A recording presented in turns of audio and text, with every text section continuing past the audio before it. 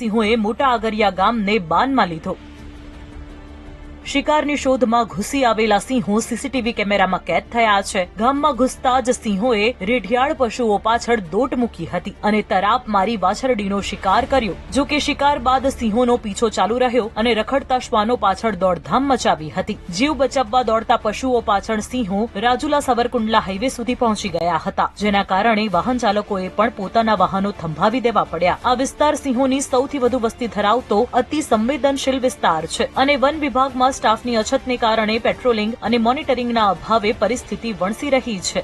અહીંયા વાહનો નથી, સાધનો નથી, ઓફિસ છે જે વન વિભાગની એ પણ ભાડા ઉપર છે। અહીંયા ઝાંઝરણામાં જે હોસ્પિટલ બની હતી એ પણ કરોડોના ખર્ચે ધૂળ ખાય છે, જેને લઈ સ્થાનિકો તાત્કાલિક સ્ટાફની ભરતી કરવા અને પેટ્રોલિંગ વધારવાની માંગ કરી રહ્યા છે, જેથી વન્ય પ્રાણીઓ અને ગ્રામજનો બંનેની સુરક્ષા સુનિશ્ચિત થઈ શકે। અમરેલીથી દિવ્યા ભાસ્કર માટે જયદેવ વરુનો રિપોર્ટ।